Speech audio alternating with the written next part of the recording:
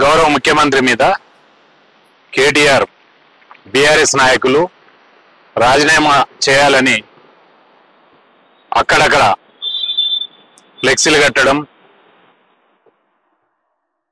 మరియు కించపరిచే విధంగా బీఆర్ఎస్ నాయకులు కేటీఆర్ గారు హరీష్ రావు గారు మాట్లాడడం సిగ్గుచేటు. ఎందుకంటే వాళ్లకు రాజీనామా చేయమనే అర్హత వాళ్ళకు లేదు. ఈరోజు రాష్ట్రాన్ని తెలంగాణ ఏర్పడ్డ కొత్త తెలంగాణ రాష్ట్రంలో వాళ్ళ ఇంటి రాష్ట్రంగా వాళ్ళ కుటుంబ పాలన చేసుకొని ఈరోజు రాష్ట్రాన్ని అప్పుల కుప్పలు చేస్తే మా ముఖ్యమంత్రి గారు వచ్చిన తర్వాత, రేవంత్ రెడ్డి గారు వచ్చిన తర్వాత ఈరోజు ఇప్పుడిప్పుడే తెలంగాణ రాష్ట్రం పురోగతి చెందుతున్నటువంటి పరిస్థితి ఉన్నది. మా ముఖ్యమంత్రి కింది నుండి వచ్చినటువంటి నాయకుడు, దొరల ఖాందాన్ నుండి వచ్చినటువంటి నాయకుడు కాదు. పేద ప్రజల నుండి ఒక ఎంపీటీసీ స్థాయి నుండి ఒక జడ్పీటీసీ స్థాయి నుండి వచ్చినటువంటి కింది నుండి వచ్చినటువంటి నాయకులు కానీ దొరల ఖాందాన్ నుండి వచ్చినటువంటి నాయకుడు కాదు. మరి వారిని తస్మా జాగ్రత్త. కేటీఆర్ హరీష్ రావు గారు నోరు జాగ్రత్త పెట్టుకొని మాట్లాడడం, లేకుంటే నాలిక కోస్తామని చెప్పేసి ఈ సందర్భంగా మనవి చేస్తున్నా. ఎస్సీ డిపార్ట్మెంట్ తరఫున మేము తీవ్రంగా వాళ్ళు చేస్తున్నటువంటి వ్యాఖ్యలను తీవ్రంగా ఖండిస్తున్నాం.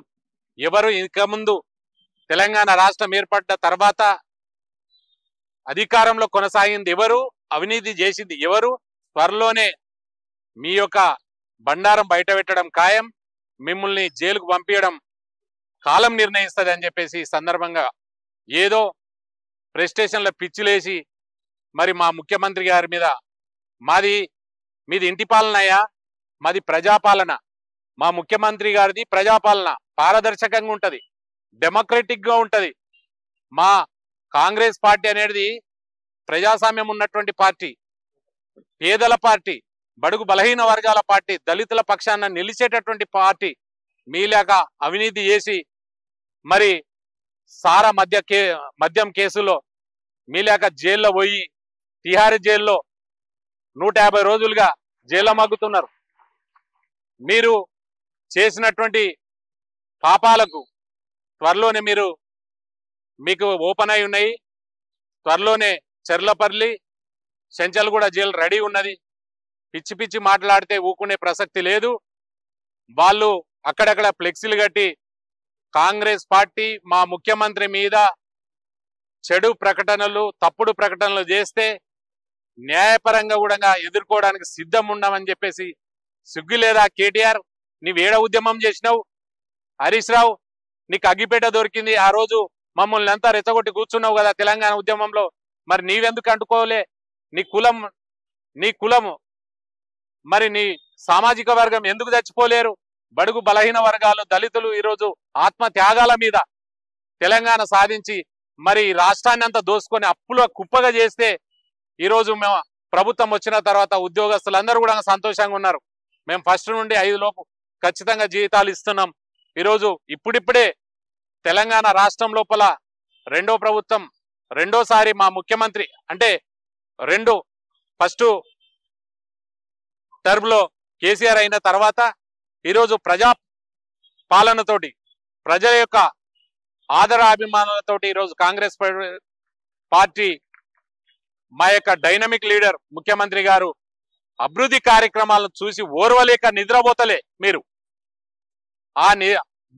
మరి ప్రజలకు చేస్తున్నటువంటి సంక్షేమ కార్యక్రమాలను జీర్ణించుకోలేక ఇటువంటి ప్రకటనలు చేయడం సిగ్గుచేటు. చేస్తే తాట తీస్తామని చెప్పేసి ఈ సందర్భంగా తెలియజేస్తుంది.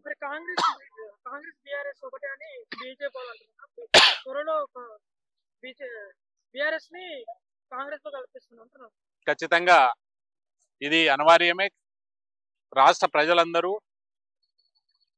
తెలిసిన విషయమే, ఇది కొత్తగా చెప్పవలసిన అవసరం లేదు. ఈ డబుల్ ఇంజన్ సర్కార్ అంటే ఒక ట్రైన్ డబ్బాకు ఇంకో డబ్బా యాడ్ చేసుకొని పోతుంటది. అది డబుల్ ఇంజన్ సర్కార్.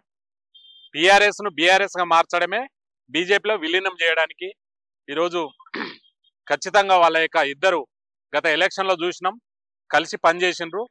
ఇప్పుడు కూడా ప్రజలందరూ గమనించే కాంగ్రెస్కు పట్టం కట్టబోతున్నారు. రాబోయే రోజుల్లో కాంగ్రెస్ పార్టీకి బ్రహ్మరథం పడతారు. గ్రామ స్థాయి నుండి కూడా మేము పటిష్టంగా చేయబోతున్నాం. మా ఎస్ఎస్ఎల్ డిపార్ట్మెంట్ ప్రీతం గారి ఆధ్వర్యంలో కూడా అద్భుతమైనటువంటి కార్యక్రమాలు మేము తీసుకోబోతున్నాం.